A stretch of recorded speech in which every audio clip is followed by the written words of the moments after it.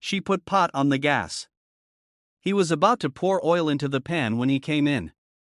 She had been thinking about it since last night, but she wasn't ready. He decided to try again. As he approached her, she hugged him. She whispered in his ear, "Why does it bother me? I know you want to love too." She felt the touch of his body. She wanted to hug him there and get lost in the sea of happiness. But she wanted to kill herself. "On the other hand, I want you to fry the vegetables," she countered with a lie. But her body wasn't ready to give up. "What did you say yesterday, do today, and you have not come to me since morning?" He had a horrible feeling. He was pleased to be with her. "Today," he talked in a raspy voice. She gave him a firm hug. Her body suffocated in his grasp, yet she didn't try to get away. His gentle embrace reassured her. She could feel their affection for each other. He married her, going against his family's wishes. After the marriage, his family removed him from the family company without paying him a single cent.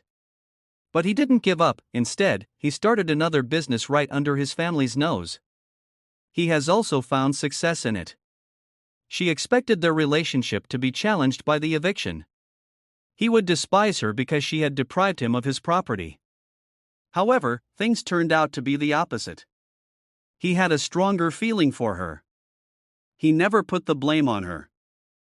"I can now stand on my own 2 feet thanks to you." He always attributes his accomplishments to her. She wished to hear him talk. She could feel his love and affection for her. Self-deprecating ideas entered her mind, telling her that she should not be hurt by him and that she should always be worthy of his love, and tears streamed down her cheeks. She recalled it, and her eyes welled up with tears. She attempted to conceal her tears, but he knew. "What has occurred, and why are you crying?" he inquired as he hugged her. "Why are you crying? Am I embracing too much?" she asked herself the question. His voice was full of anxiety. She felt a lot of agony in her chest after hugging him again. He was frightened of making the same mistake again. "No, no." She removed his hands from her face and poured the mustard into the heated oil. She began weeping. "Then what happened? Why are you crying? Am I missing something here?" His voice was shaking. He was observing her actions. "Do you have any pain? Are you in pain? Say so. I didn't follow you. I thought we were playing our game." They both wanted to show their love, but she was never quite ready, forcing him to lash out. He enjoyed doing that.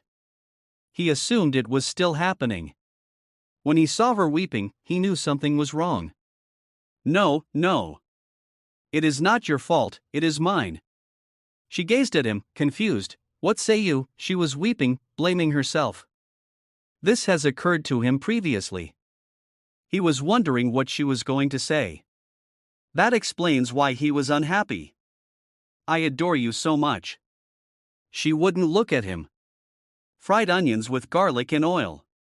She put in the garlic paste and began shaking it with a spoon.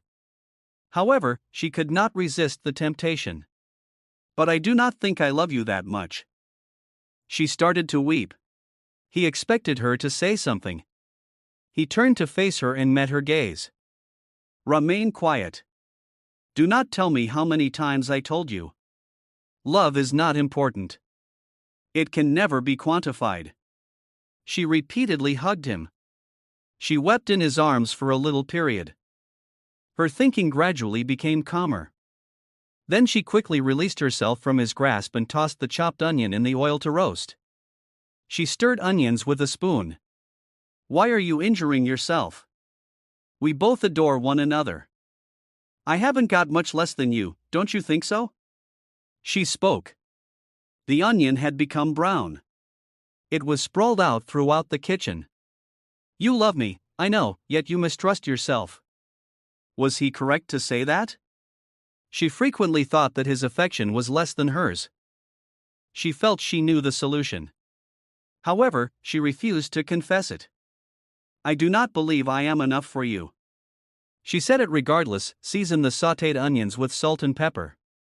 She closed her eyes and began to cry softly. "Are you stupid?" His voice was loud. He nodded and turned to face her. What do you always do with yourself? She brushed away the tears from her face. But he kept taunting her. You aren't enough for me since you are my whole universe, I adore you so much. She glanced up at him and spoke the words.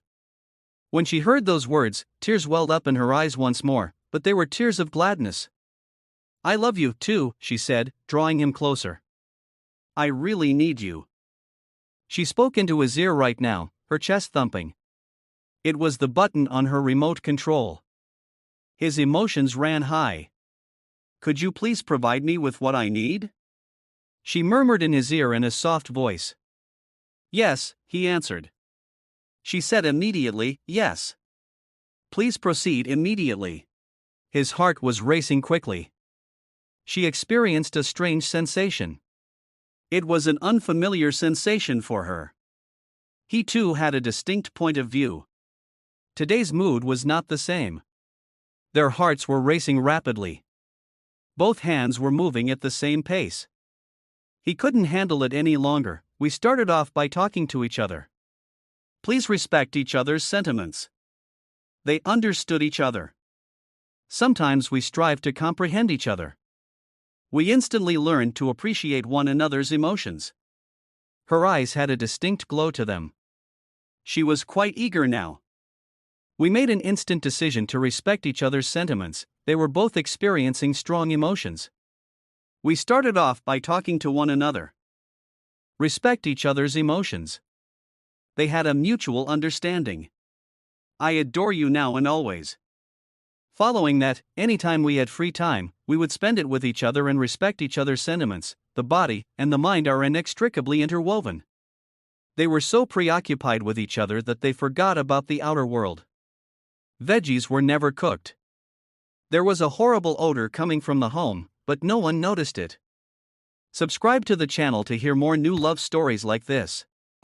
I appreciate it.